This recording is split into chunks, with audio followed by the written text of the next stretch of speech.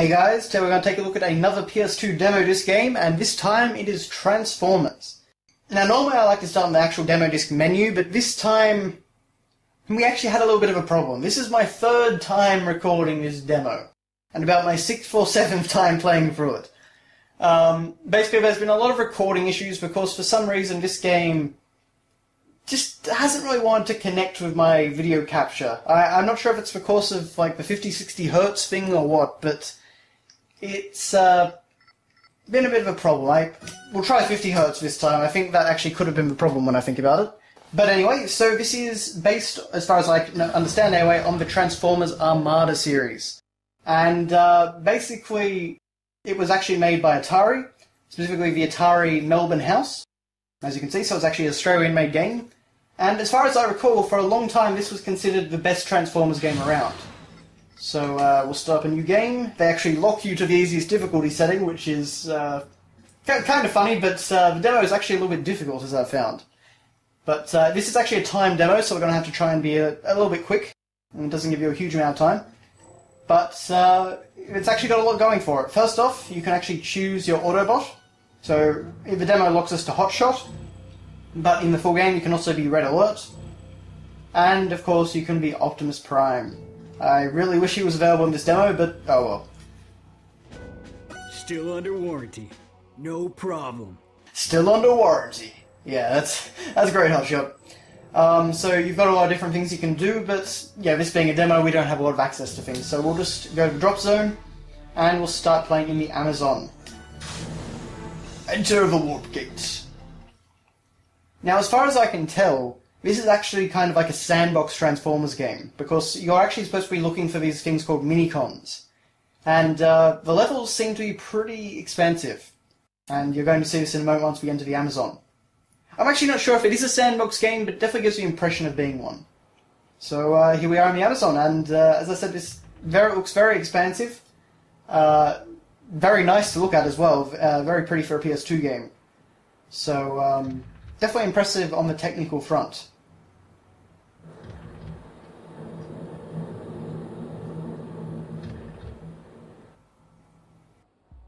Yeah, so basically all those little glowing yellow spots, those are minicons, and so we've got to find all of them, all 9 of them.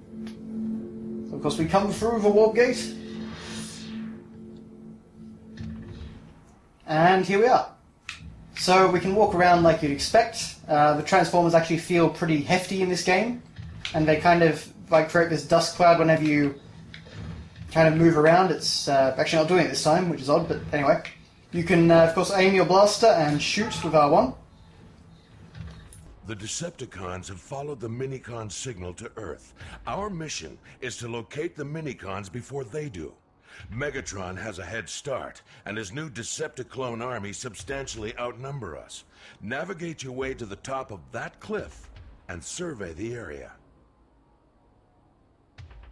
Yep. One thing I noticed is that Hotshot gives these really dismissive replies to Optimus, but of course he basically functions as the tutorial. I think it's Peter Cullen. I'm not 100% sure, but I'm pretty sure, given that it's, you know, he basically plays Optimus Prime in anything that ever has existed for Transformers. We're picking up enemy activity. It's one of Megatron's new Decepticlone soldiers. Get ready to engage. Let's see how effective those Decepticlones really are. Do you copy? Yeah. Yeah.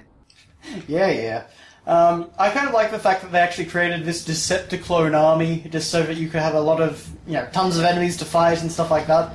A bunch of disposable, you know, Transformers without personality, basically. I mean, you've got to come up with something for a Transformers game so you can wipe out a lot of enemies, but now you can actually transform into a vehicle any time you want, and you can accelerate with R1. I haven't actually been able to hit a Decepticon with this, so I'm not sure what it does, but yeah, it doesn't control too badly, but it's not hugely maneuverable. Definitely not as maneuverable as your actual robot form. Which is a bit of a shame, because it kind of... it's not quite as useful as I'd like, put it that way.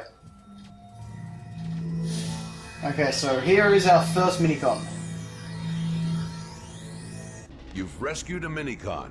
Good work. Every Minicon you rescue allows you to access extra functions and use different weapons. Keep your optics open while you're out in the field. Minicons could be anywhere.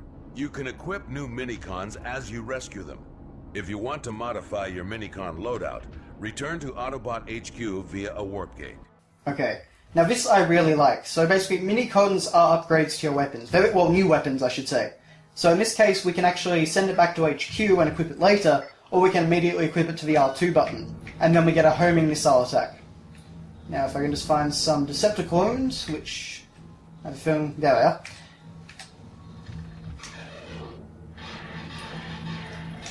The vehicle seems to be just good for, like, crossing large landscapes and stuff like that. Yeah, we can just blow them up with a homing missile like that.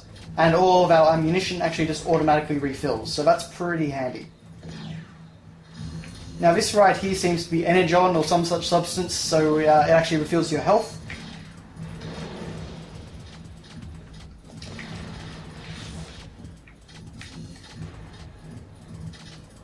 This warp gate appears to be a node in a modified space bridge network. The minicons created it to travel across Earth. Acknowledge. Okay. So from what I understand, you can actually use those to warp back to the HQ, then you can warp back to any of those points in any level that you've unlocked them. Oh dear, I seem to be getting stuck on the bridge here. Which is pretty neat, because that definitely lends it, credence to the idea of being a, sort of sandbox game. In that you're really just exploring the levels for these minicons, rather than just actually having a specific linear goal. Okay, so we'll see what I can do over here. Now, the very first time I played this is actually where the demo ended for me, because I took so long. But,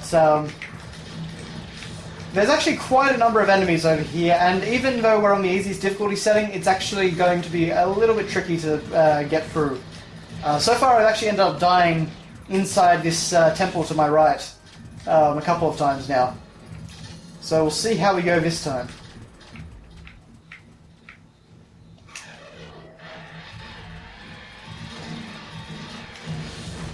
Okay, so there you go. You can actually just ram through them. Alright, let's see if I can line this up. There we go. There's a couple of Decepticons destroyed. As you can see, there's quite a lot of enemies here, and the frame rate starts to kind of chug a little bit. But, yeah, this is kind of where I've died, as you can expect. If you get down in there with all the gunfire, you have very little hope of survival. So, might actually activate that point and see if we can start from there again if I die.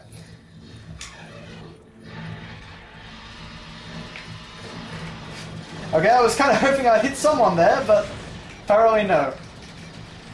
As you can see, I'm already actually feeling the hurt. But we're not doing too badly. Let's see if we can pick up some of that sweet, sweet air jump. Yep, there we go. I have actually no idea what killed me that time, but... ah, well. Poor old hotshot. So yeah, this is definitely not an easy game, I don't think.